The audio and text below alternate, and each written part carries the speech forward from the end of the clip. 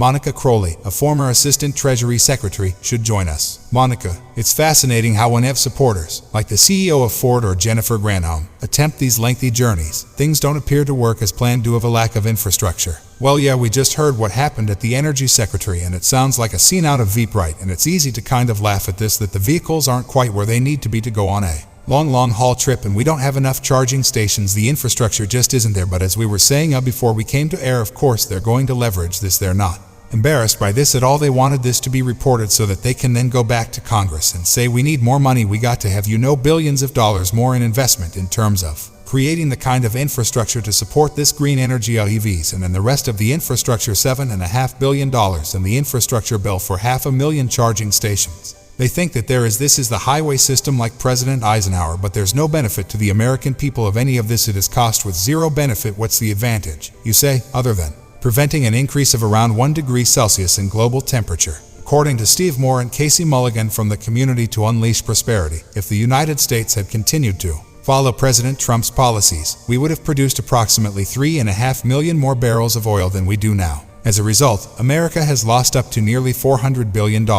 Yes, this is a deliberate attempt to destroy American domestic energy production in order to advance the Green New Deal, and yes, it is intentional. However, everyone must understand that this is only the top line, superficial reason for why they are doing this. They really don't care about the environment or fossil fuels. Instead, they are doing this because energy is the biggest sector available to them as a lever to affect change. New York's Long Island, I just filled up my tank for $4.50 a gallon, and I'm aware that many people are struggling to pay this. Nevertheless, this is all on purpose since they want to push more people into purchasing electric vehicles. Then again, where does electricity come from? It comes from coal and other quote-unquote dirty sources of energy. But to your point, they don't care about the environment. They're building windmills out in the ocean, and it's killing whales and all kinds of sea life. If they cared about that, they'd go, let's put these windmills somewhere else or find some other new form of energy. They don't care about the environment. It's about control. Let's get to this. I said 3.5 million. It was 3.5 billion. I read it wrong. I don't want to correct it. Was close. Feels slightly better about the state of the economy, but they aren't thinking President Biden just yet. The Wall Street Journal finding nearly 60 of Americans still disapprove of Biden's handling of economy. But of course, if you ask the White House, that's not their fault. To the question about how American people actually feel, are they wrong? Do you believe the data is what they're misunderstanding? Where's the disconnect? No, I believe what we're witnessing is that the American people are still recovering from what has been a historically difficult time in terms of a pandemic that claimed lives and set us back.